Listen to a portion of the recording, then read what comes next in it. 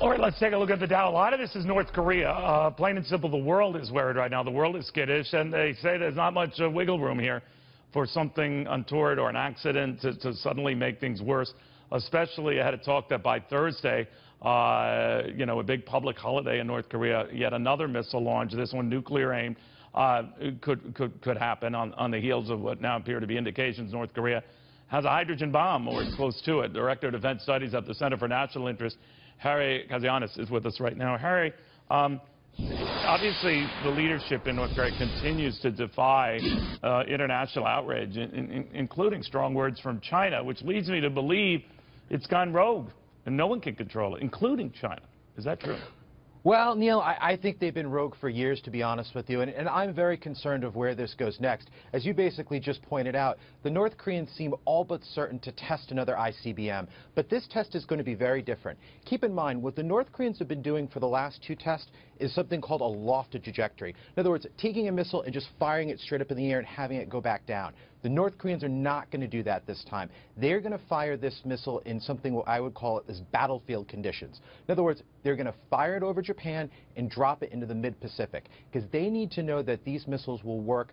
You just can't keep firing them up into the atmosphere and shooting them back down. So I think that's where the next place this is going to go, and it would be extremely dangerous. Yeah, because there's not much room for error there. I mean, what if it falls on land? It falls on Japan, let's say. Yeah. I mean, all bets are off of that. But I did notice that in looking at this, that we are looking at a number of options ourselves, Harry, including maybe providing tactical nuclear weapons to the Korean Peninsula itself, notably South Korea.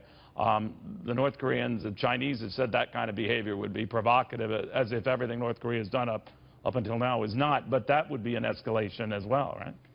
Well, I mean, I think the optics of something like that would be good. It would reassure South Korea. It would probably go to reassure Japan as well. But look, at the end of the day, Neil, the bottom line is if the North Koreans ever launched a nuclear strike on either Seoul, Tokyo, or the U.S. homeland or our bases, we would be able to wipe the North Koreans out in 20 minutes or so. Well, surely they know that, Harry, right? And I always feel it, too. Like, surely they know how suicidal what they're doing could be. But is it that they don't care, or they don't think that we'll ever act that way, or they're calling the president's bluff if they deem it to be that? What? Well, their goal more than anything else, Neil, is actually rational in one sense. What they want is a deterrent to stop the United States from enacting regime change or something like that. That's their goal here more than anything else. I don't think they want a war with the United States or a nuclear war. It would be suicide for Kim Jong-un. I think their goal is to deter us, but the chances are of some sort of accidental confrontation, an ICBM dropping on Japan or something like that, that's the real danger here, and that's where they're playing with fire. Vladimir Putin had said in this meeting he had over the weekend, with Xi Jinping of China, that was the one that the North Koreans, revealed this little hydrogen bomb capability, but that our Iraq war experience had led the North Koreans to do what they're doing now, essentially saying that North Korea looked at the regime change that we forced, this is his opinion, and that the North Koreans say, well, not us, this isn't going to happen to us, and this will be our way to protect against that happening to us. What do you make of that? I think that's actually very true. And actually, if you look at the statements that have come out of North Korea, Neil, they actually say that. Kim Jong-un, he might be crazy, but he's a student of history.